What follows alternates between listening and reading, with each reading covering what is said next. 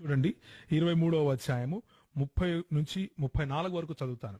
చూడండి, ద్రాక్షరసముతో ప్రొద్దుపుచ్చే వారికే కదా, కలిసిన ద్రాక్షారసము రుచి చూడజేరి వారికే కదా అని ప్రశ్న 29లో ఉంటుంది. యాక్చువల్గా ఏముంటుందంటే, ఎవరికి శ్రమ, ఎవరికి దుఃఖము, ఎవరికి జగడములు, ఎవరికి చింత, ఎవరికి హేతువులేని గాయములు, ఎవరికి మందదృష్టి అని సామెతల గ్రంథకర్త ప్రశ్నిస్తూ సమాధానంగా ఏం చెప్తున్నాడంటే, ద్రాక్షారసముతో ప్రొద్దుపుచ్చు వారికే కదా, కలిపిన ద్రాక్షారసమును రుచి చూచే వారికే కదా అంటూ 32వ వచనంలో, త్రాగుట రుచిగానుండగను దాని వైపు చూడద్దు, పిమ్మట అది సర్పమై కరచును, కట్లపాము వలె కాటువేయును, విపరీతమైనవి నీ కన్నులకు కనబడును అంటూ త్రాగుబోతుదనం గురించి, లేకపోతే ప్రొద్దుగూకులు మద్యమును సేవించే వారి గురించి చెబుతూ ఈ మాటలు రాశారు.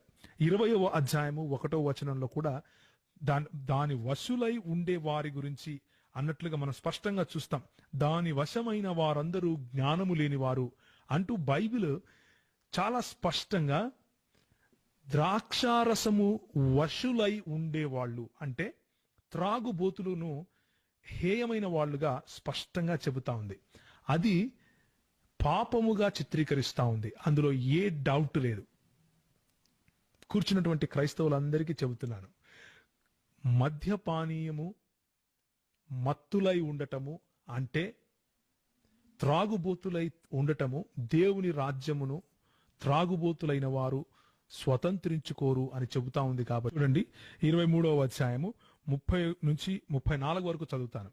చూడండి, ద్రాక్షరసముతో ప్రొద్దుపుచ్చే వారికే కదా, కలిసిన ద్రాక్షారసము రుచి చూడజేరి వారికే కదా అని ప్రశ్న 29లో ఉంటుంది. యాక్చువల్గా ఏముంటుందంటే, ఎవరికి శ్రమ, ఎవరికి దుఃఖము, ఎవరికి జగడములు, ఎవరికి చింత, ఎవరికి హేతువులేని గాయములు, ఎవరికి మందదృష్టి అని సామెతల గ్రంథకర్త ప్రశ్నిస్తూ సమాధానంగా ఏం చెప్తున్నాడంటే, ద్రాక్షారసముతో ప్రొద్దుపుచ్చు వారికే కదా, కలిపిన ద్రాక్షారసమును రుచి చూచే వారికే కదా అంటూ 32వ వచనంలో, త్రాగుట రుచిగానుండగను దాని వైపు చూడద్దు, పిమ్మట అది సర్పమై కరచును, కట్లపాము వలె కాటువేయును, విపరీతమైనవి నీ కన్నులకు కనబడును అంటూ త్రాగుబోతుదనం గురించి, లేకపోతే ప్రొద్దుగూకులు మద్యమును సేవించే వారి గురించి చెబుతూ ఈ మాటలు రాశారు.